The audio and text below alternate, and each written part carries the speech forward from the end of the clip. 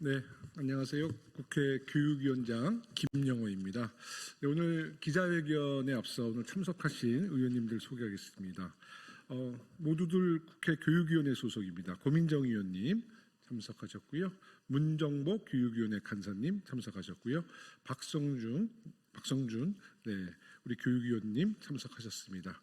최근 리박스쿨로 대한민국 국민뿐만 아니라 특히 학부모님들이 매우 걱정을 하고 있습니다. 어떻게 극우 세력들이 우리 학생들의 사상까지 극우화시키려는 그런 발표를 보고 우리 국민들이 상당히 지금 공분에 있어서 우리 교육위원회가 이와 관련된 입장을 밝히기 위해서 오늘 이 자리에 섰다는 말씀드리고요. 기자회견을 낭독하도록 하겠습니다. 리박스쿨 사태가 일파만파 확산되고 있습니다. 국회 교육위원회는 이번 사태에 대해 매우 심각한 교육 내란 시도로 규정하고 철저한 진상조사로 실체를 밝히고 국민이 안심할 수 있는 교육 환경을 만들기 위해 최선을 다하겠습니다.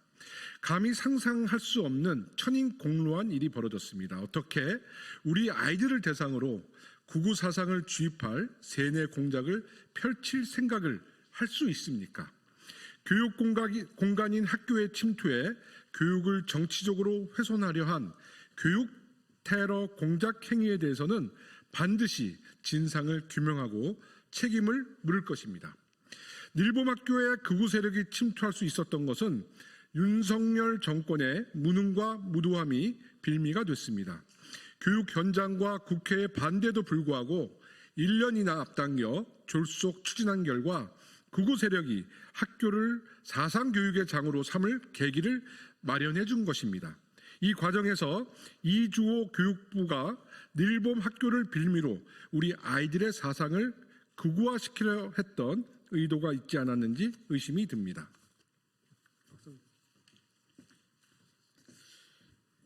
이주호 장관은 졸속으로 추진한 늘봄 학교에 대해 세계 최고 수준의 교육 정책이라고 자화자찬하고 있습니다.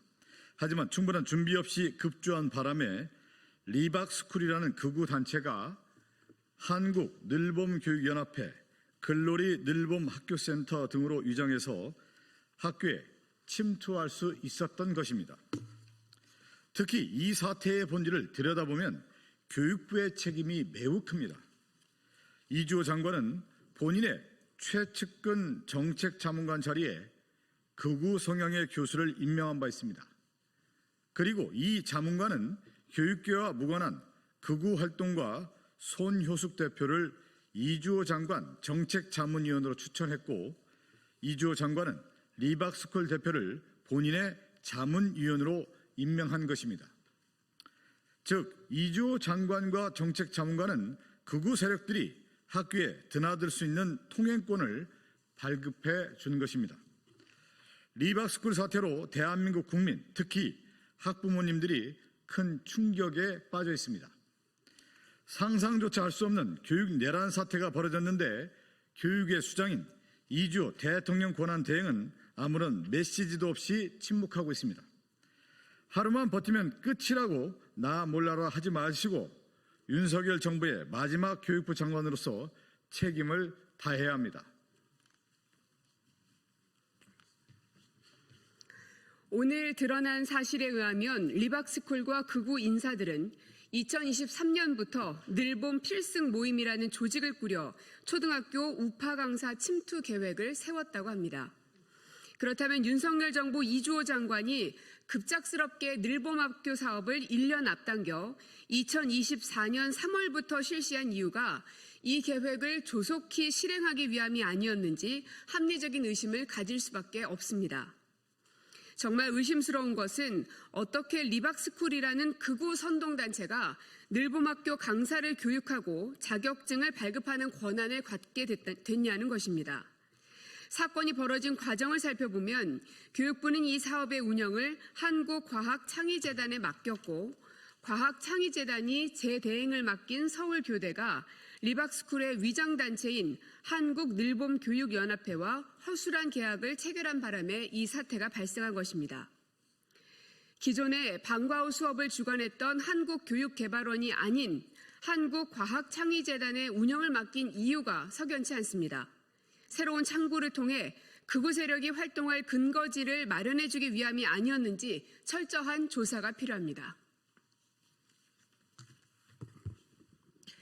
현재 한국과학창의재단 정우성 이사장은 지난 총선에서 평택을에 출마한 국민의힘 소속 정치인입니다.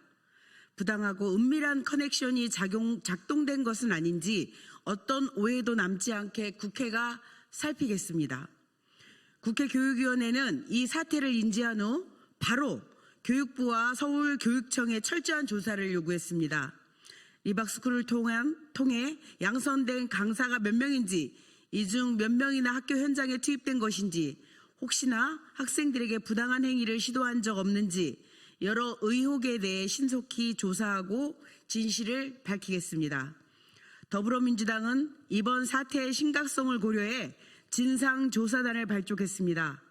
국회 교육위원회 김용호 위원장을 단장으로 교육위원들과 행정안전위원들이 참여해 교육내란 세력, 극우 뉴라이트 세력들을 반드시 뿌리 뽑겠습니다. 국민주권 정부에서 학생들이 올바르게 교육받고 학부모님들이 안심하고 맡길 수 있는 행복하고 건강한 학교 교육을 만들어 가겠습니다. 진짜 대한민국, 지금은 이재명입니다. 2025년 6월 2일 국회 교육위원회 더불어민주당 조국혁신당 일동.